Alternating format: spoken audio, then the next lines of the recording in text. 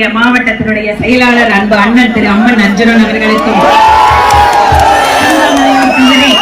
அன்பு சகோதரர் திரு ஜெயராம் அவர்களுக்கும், பாரதிய ஜனதா கட்சியினுடைய மாவட்ட தலைவர் திரு ரமேஷ்குமார் உள்ளிட்ட அத்தனை அன்பு சொந்தங்கள், பாரதிய ஜனதா கட்சியினுடைய சொந்தங்கள், ரத்தத்தின் ரத்தமான அண்ணா திராவிட முன்னேற்ற கழகத்தினுடைய அத்தனை பேருக்கும் என்னுடைய வணக்கத்தை கூறி, தமிழகத்தில் நடந்து கொண்டிருப்பது திராவிட மாடல் ஆட்சி என்று முதலமைச்சர் சொல்கிறார். அது திராவிட மாடல் ஆட்சி அல்ல, மக்கள் விரோத ஆட்சியாக இப்போது நடந்து கொண்டிருக்கிறது.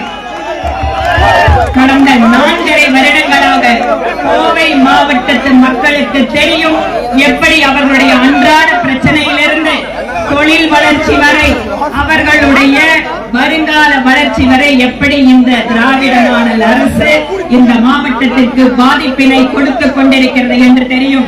எப்போது தேர்தல் வரும் என்று கோவை மாவட்டத்து மக்கள் காத்துக் கொண்டிருக்கிறார்கள். இங்கு நடந்து கொண்டிருக்கக்கூடிய மக்கள் விரோத ஆட்சியை தூக்கி எறிய வேண்டும் என்றால் ஓரணியில் இணைவோம் என்று திராவிட மாடல் முதலமைச்சர் சொல்கிறாரே, அது நமக்கு. நாம் ஓரணியில் இணைவோம். திராவிட முன்னேற்ற கழகத்தினுடைய ஆட்சியை வீட்டுக்கு அனுப்ப வேண்டும்.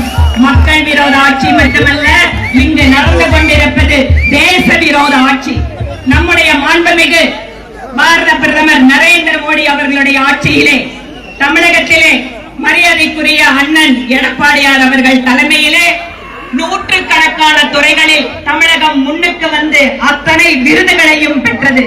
ஆனால் இப்போது மாநிலத்தினுடைய முதலமைச்சர் சொல்கிறார், எங்களுக்கு மத்தியில் இருந்து நிதி வரவில்லை என்று. எங்களுடைய கேள்வி ஒன்றுதான், கொடுக்கின்ற மக்கள் பணத்துக்கு சரியான கணக்கு காட்டினால் பிரதமர் மோடி அவர்கள் அள்ளி அள்ளி கொடுக்கக்கூடியவர். சர்டிபிகேட் கொடுக்கின்ற பணத்தை எப்படி செலவு செய்தீர்கள் என்று கேட்டால் பதிலளிக்க வக்கில்லாத மாநிலத்தினுடைய முதல்வர் நிதி வரவில்லை என்று பிரதமர் மோடி அவர்கள் மீது குற்றம் சாட்டுகிறார். இந்த நிலைமை மாற வேண்டும். டபுள் என்ஜின் சர்க்கார் மத்தியிலே இருக்கின்ற பிரதமர் மோடி அவர்களுடைய ஆட்சிக்கு உறுதுணையாக தமிழகத்தை வளர்ச்சி பாதையில் எடுத்துச் செல்ல வேண்டும் என்றால் வருகின்ற தேர்தலில் தேசிய ஜனநாயக கூட்டணி வெற்றி பெற வேண்டும். அன்பு அண்ணன் எடப்பாடியார் அவர்கள் முதலமைச்சராக பதவியேற்க வேண்டும். கோவை மாவட்டம் புரட்சி தலைவி அம்மா அவர்கள் காலத்திலிருந்து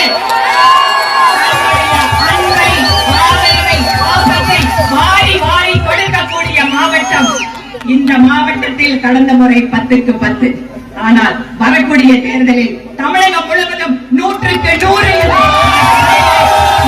வெற்றி பெற வேண்டும் என கேட்டுக்கொண்டு இந்த மக்களை காப்போம், தமிழகத்தை மீட்போம். இந்த பிரச்சார பயணம் இன்று 2வது நாள். ஆனால் தமிழகத்திலே நேற்றுதான் புயல் மையம் கொண்டது போல இருந்தது. ஆனால் இன்று மணிக்கு 300 கிலோமீட்டர் நம்முடைய பயணம் வெற்றி பயணம்.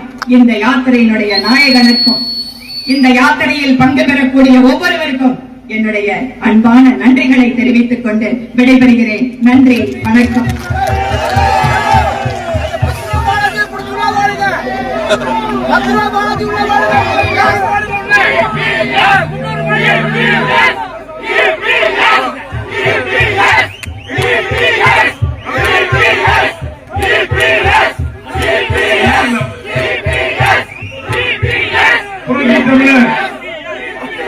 எடப்பாடி அவர்கள் சிறப்புரையாற்றுவார்கள்.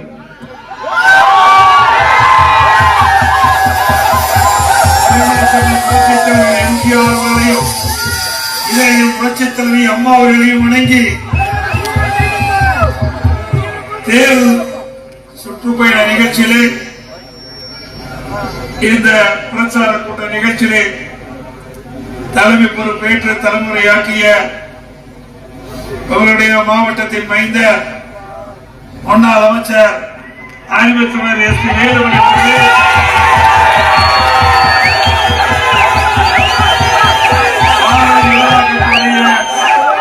தேசிய மகளிர் தலைவர் சட்டப்பேரவை சட்டப்பேரவை உறுப்பினர் மரியாதைக்குரிய சகோதரி திருமதி வானதி சீனிவாசன் எம்எல்ஏ, மாவட்ட கழகத்துடைய செயலாளர் சட்டப்பேரவை உறுப்பினர் அண்ணன் அம்மன் அர்ஜுனன் அவர்களே, வளைந்துள்ள எம்எல்ஏ அருமை சகோதரர் ஜெயராம் அவர்களே, பாரதிய ஜனதா கட்சியுடைய மாவட்ட தலைவர் அவர்களே, ரமேஷ்குமார் அவர்களே மற்றும் சட்டப்பேரவை உறுப்பினர் ஏ கே செல்வராஜ் அவர்களே, சட்டப்பேரவை உறுப்பினர் வி கந்தசாமி அவர்களே மற்றும் வருகின்ற முன்னாள் அமைச்சர்கள், சட்டமன்ற உறுப்பினர் அறிவு செயலாளர் முன்மொழிப்பட்ட ராதாகிருஷ்ணன் அவர்களே, அண்ணன் தாமோதரன் அவர்களே, மரியாதைக்குரிய முன்னாள் அமைச்சர் ஆனந்தன் அவர்களே, மரியாதைக்குரிய அண்ணன் பொள்ளாச்சி வி ஜெயராமன் அவர்களே, மரியாதைக்குரிய அக்னி கிருஷ்ணமூர்த்தி முன்னாள் அமைச்சர் அவர்களே மற்றும் அனைத்து இந்திய அண்ணா திராவிட முன்னேற்ற கழகத்தில் பங்கு பெற்றுகின்ற பல்வேறு அணியினுடைய நிர்வாகிகளே, அனைத்து மட்ட நிர்வாகிகளே, அதே போல தமிழ் மாநில காங்கிரஸ்